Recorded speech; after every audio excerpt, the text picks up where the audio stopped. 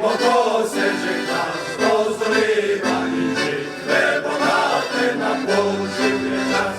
Naj jeklo zapoje, naj pesem odmeva na brusi, bo to se zrev je glas.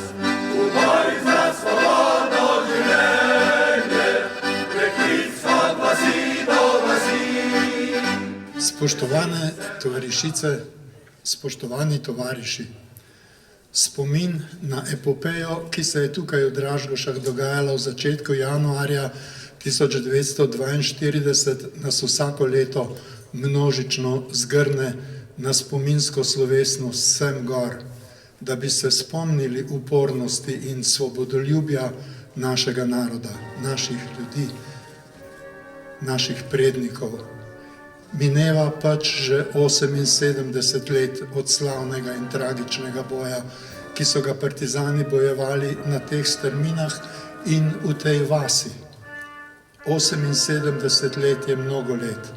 Le še redki so med nami, ki so se borili v narodno-osvobodilnem boju in revoluciji in sami doživeli težke vojne čase.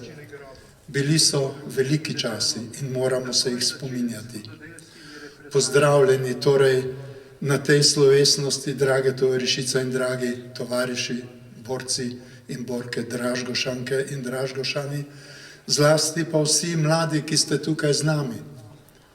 Tu so naši prapori, tu je veličasten spomenik veličastnemu boju, tu slišimo vsako leto naše partizanske pesmi, ki so navdihovale borce za svobodo. Partizanska umetnost, zlasti pesmi, ki so bile najbolj priljubljene, so še zmeraj nekaj čudežnega. So veseli veter, so kriv plamenih. Partizanska umetnost je partizanstvo povzdigovala v kulturni boj. Kulturniki in umetniki, pesniki in likovniki, glasbeniki in gledališčniki so v nemogočih razmerah ustvarili dela, ki še vedno sodijo v vrh slovenske umetniške ustvarjalnosti. Mnogi umetniki so v bojih umrli, več kot 40 pisateljev in pesnikov. Zdaj živimo v času, ko nam o narodno-osvobodilnem boju neposredno priča skoraj samo še ta umetnost. Ni čudno, da sodobni nasprotniki v svoji splošni popravljalnici zgodovine odrivajo in zamolčujejo to našo čudovito dediščino.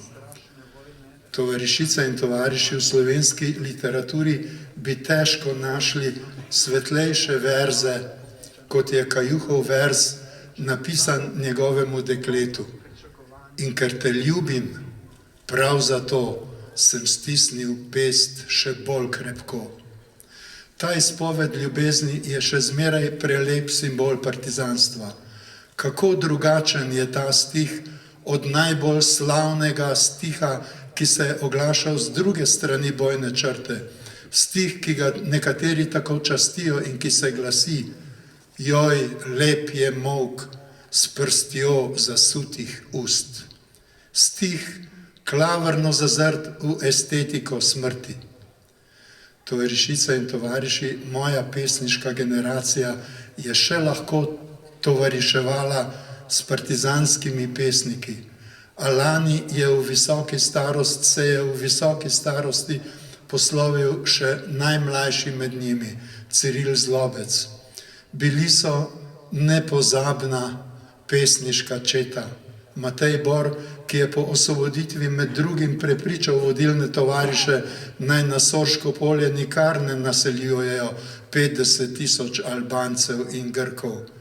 Edvard Kocbek, ki je rad mlajšim kolegom, ki so si upali kaj reči, po kurirki pošiljajo pozdravne dopisnice. Vitomil Zupan, ki je rad govoril o visokem morju in se nikoli ni hvalil ne s svojim partizanstvom, ne z literaturo, ne s svojim krivičnim povojnim zaporom. France Kosmač, ki je na vprašanje, kako mu je bilo, ko je na pohodu 14. divizije na Štajersko nadomestil padlega Kajuha, je odgovarjal, da je gazil po snegu do pasu kot vsi drugi, nosil mitraljez in ranjence in upal, da bo doživel svobodo. Na naših srečanjih vsako leto tudi tukaj odmeva njegova pesem Hej tovariši in Kdo pa so ti mladi fantje. Z ljubeznivim pesnikom Minatijem sem prijateljeval. Ko smo ga vprašali, ali se je poznal s pesnikom Francetom Balantičem, je rekel, da je njegove pesmi bral že pred vojno, srečal pa ga ni nikoli, ker žal nista bila v isti brigadi.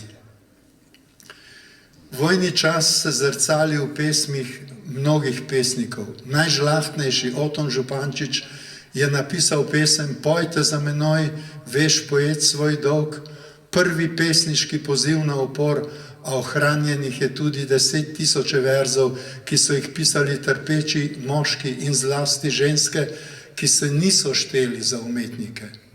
Zavojevalske vojske so pač povsod, tako kot tu v Dražgošah, ravnale z našimi ljudmi okrutno, pravzaprav komaj predstavljivo. Prikorakale so v našo deželo in tu vzpostavile neprikrito hudodelsko ureditev, ki ne šteje množično uničenih posameznih življenj, saj so prišle z namenom, da izbrišejo s sveta narod, prebivalstvo. Tisti čas je bil težak. V okrutnih razmerah je vsaka misel na upor pravzaprav mejila na brezupno norost. Toda samo mirno čakanje na usodo, ki so jo Slovencem namenili zavojevalci, je bilo še bolj nerazumno in tako upora niso mogle streti nobene še tako okrutne represalije. In upor se je zaključil z zmago. Tako partizanska generacija in njen boj pomenita tudi za sedanje generacije zgled človečnosti in navdih v prizadevanjih za narodni obstanek in človeka vredno življenje. Tudi tu v Dražgošah vsako leto ob spominu na boj in žrtve slavimo človečnost narodno-osvobodilnega boja in z njim povezane ljudske revolucije. Ko so partizani maja 1945 osvobodili deželo, je nastalo obdobje, ki je vasem in mestom opustošenim v vojni odpiralo široke možnosti za razmah narodnega življenja in za emancipacijo delovnih ljudi. Nastopil je socializem. Nekateri pravijo, da totalitarizem in vsiljen družbeni red. Prav, a kaj so nam takrat vsilili komunisti? Vsilili so podružbljenje privatnih bank in podjetij, nacionalizacijo sovražnega premoženja, veleposestev, fevdalne posesti. Vsilili so splošno volilno pravico, enake pravice za ženske, civilno poroko, planirano nacionalno ekonomijo, socialno, zdravstveno in pokojninsko zavarovanje, brezplačno šolanje za vse, kulturo in prosveto za ljudstvo, knjige, domačo literaturo in načrtno prevajano najpomembnejšo svetovno literaturo, množično športno življenje. Niso pozabili niti na pionirsko železnico, da bi se mladi rod seznanil z najnaprednejšimi tehničnimi dosežki, ki jih je ljudska oblast v tistih okoliščinah lahko priskrbela. Vse to dan danes nekaterim družbenim silam zbuja gnus in odpor.